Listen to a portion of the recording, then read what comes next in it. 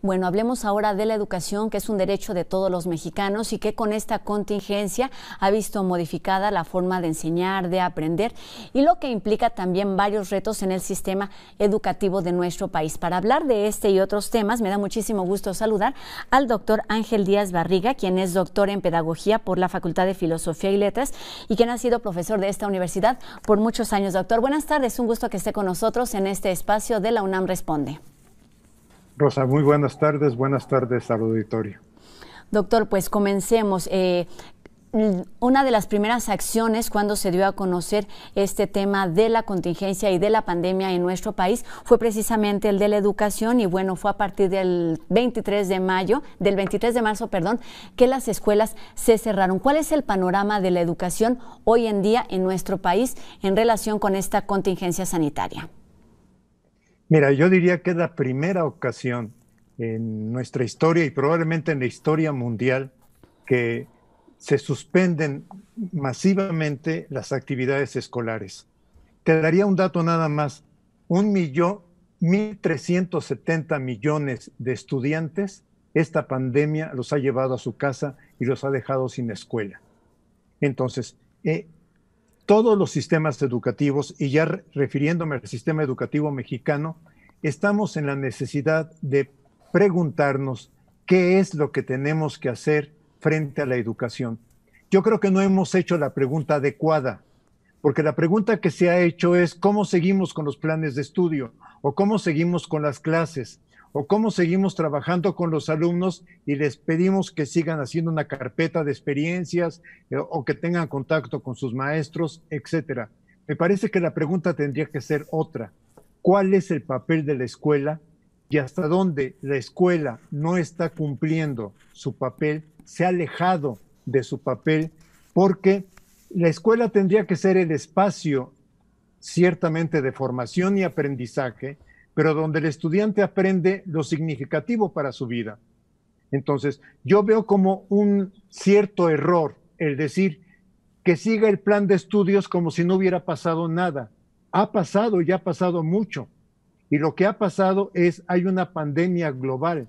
Entonces, pandemia global podría convertirse en objeto de estudio y de aprendizaje de todas las ciencias y de todos los grados que estudian los estudiantes en la escuela.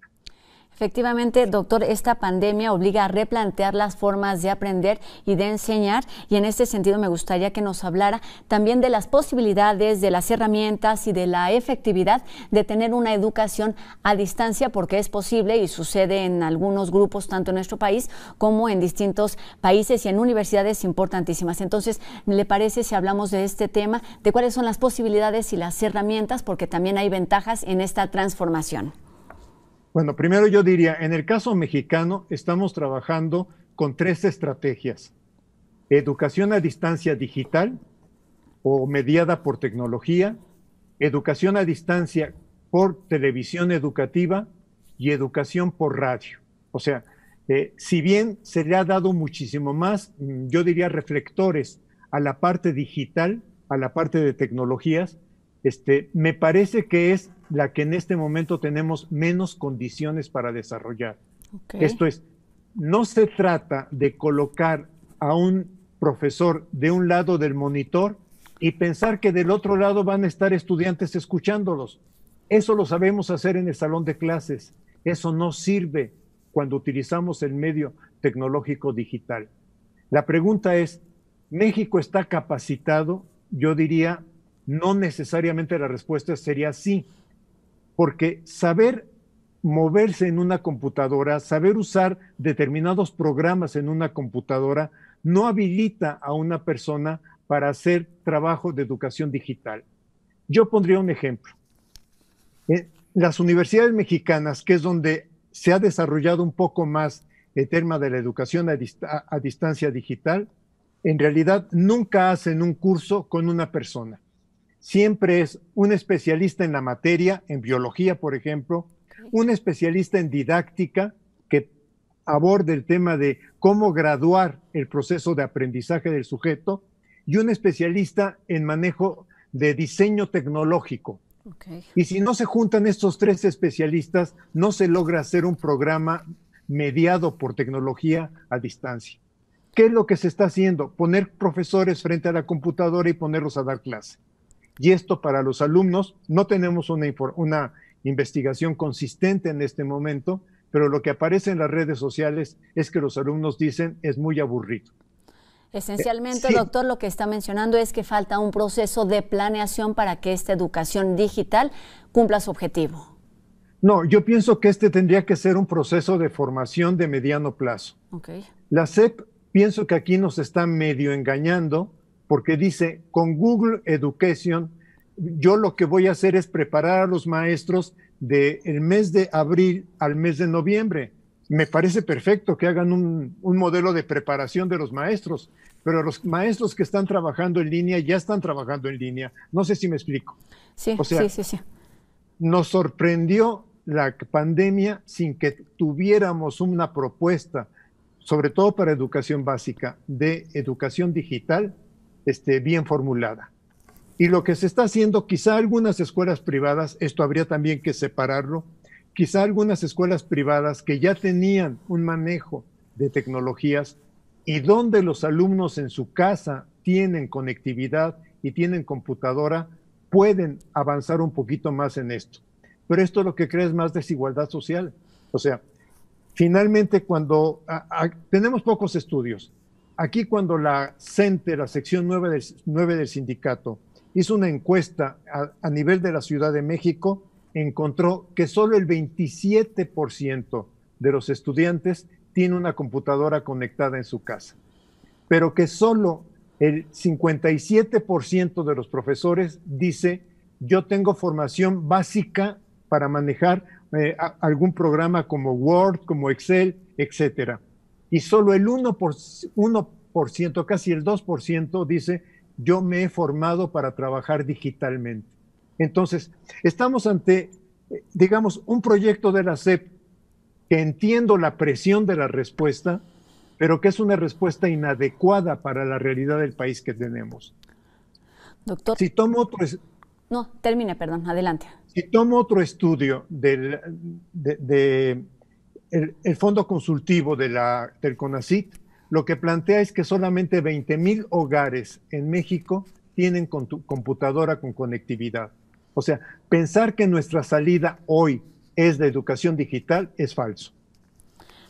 Exactamente, me parece muy importante que toquemos este tema de la desigualdad social y de la familiarización que tengamos tanto con la tecnología en la ciudad y en las comunidades rurales, pero antes de llegar a esta diferencia me parece que podemos hablar de tres grupos que están involucrados en este tema de educación a distancia. Por un lado son los profesores, por supuesto los alumnos, pero también los padres de familia. Comencemos por uno de ellos, doctor, ¿le parece los profesores? Los profesores lo que hoy se sienten es recargados de tareas, recargados de trabajo, se les ha dado la tarea de atender a los alumnos. Hay quienes han podido, porque esto, digo, es muy de redes sociales, no hay un estudio sistemático, pero hay quienes han podido formar grupos de WhatsApp con padres de familia y ahí estar enviando y recibiendo tareas de los estudiantes. Hay quien puede comunicarse por alguna vía con los estudiantes y hay quien utilizó la semana del 13 al 19 de marzo para dejar tareas a los alumnos y los alumnos están trabajando en torno a ellas. A los profesores, algunos se les está pidiendo que den la clase por televisión o que den la clase digital. Se sienten de todas maneras abrumados porque ellos mismos se dan cuenta que no es el medio de trabajo, que no es el medio acostumbrado al trabajo, para el trabajo que realizan y que estos medios digitales podrían apoyarse en otro tipo de documentos, de versiones, de programas, videos, etcétera, ¿no? Esto por el lado de los profesores, evidentemente se están adaptando a una nueva forma de enseñar que impacta directamente en los alumnos. Doctor, háblenos de este bloque. Los alumnos en general, lo que yo he encontrado en las redes sociales están recargados de tarea.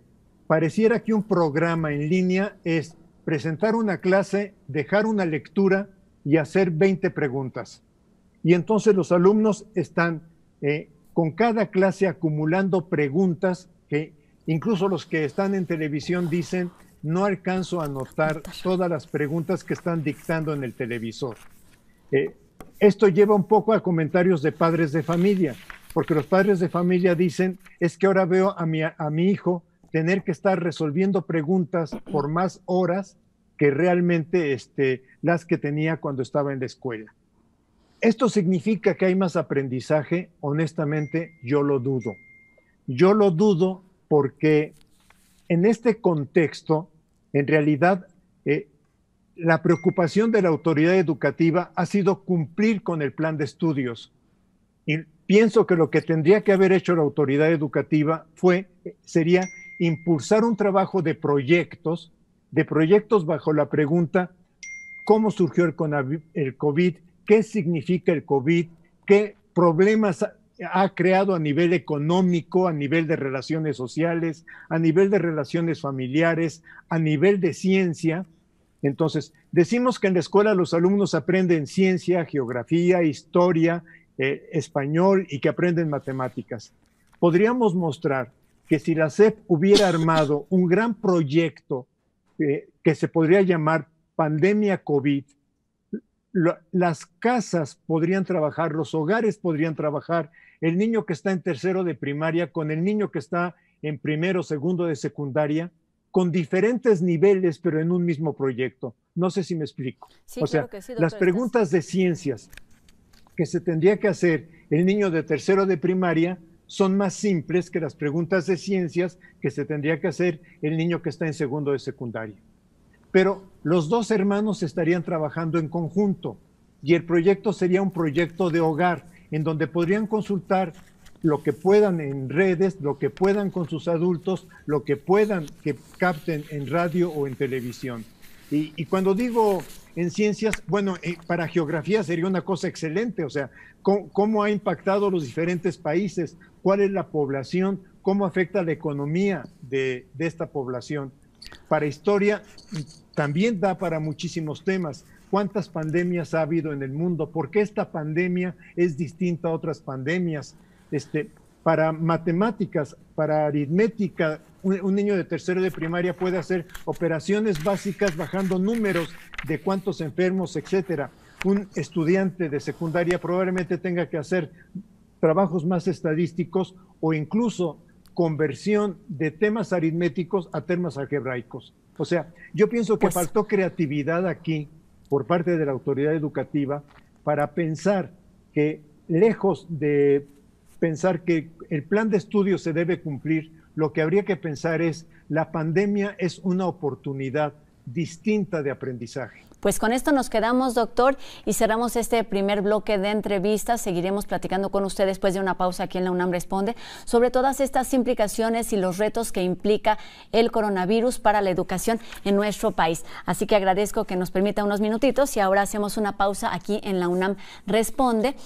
Y seguimos aquí con la voz de especialistas universitarios. Retomamos la conversación con el doctor Ángel Díaz Barriga, investigador emérito del ISUE, Instituto de Investigaciones sobre la Universidad y la Educación.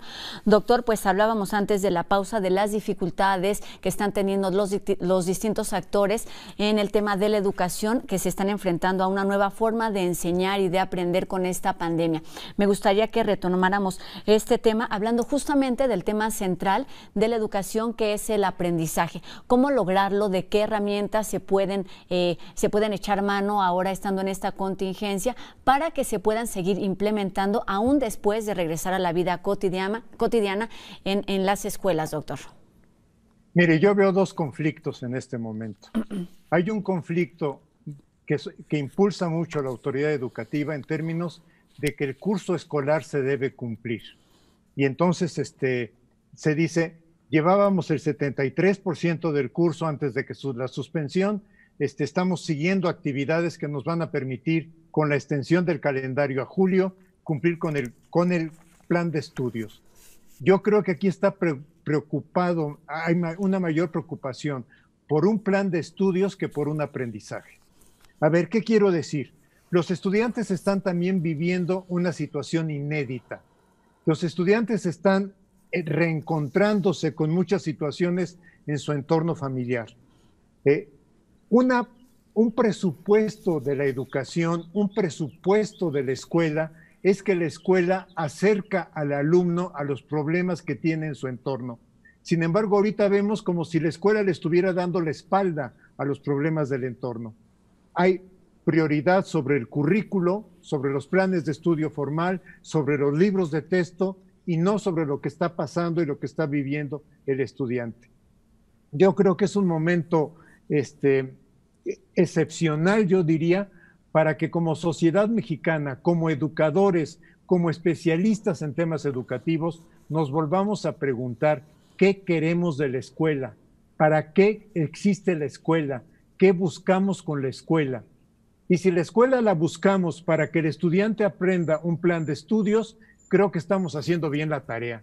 Pero si lo que la escuela buscamos es que el alumno desarrolle aprendizajes y desarrolle una formación que le permita irse construyendo como sujeto social, como ser humano, como un sujeto con capacidad de relacionarse con los demás, estamos muy mal. Pienso que hemos hecho, que no hemos resuelto el conflicto entre una escuela para calificar o una escuela para aprender.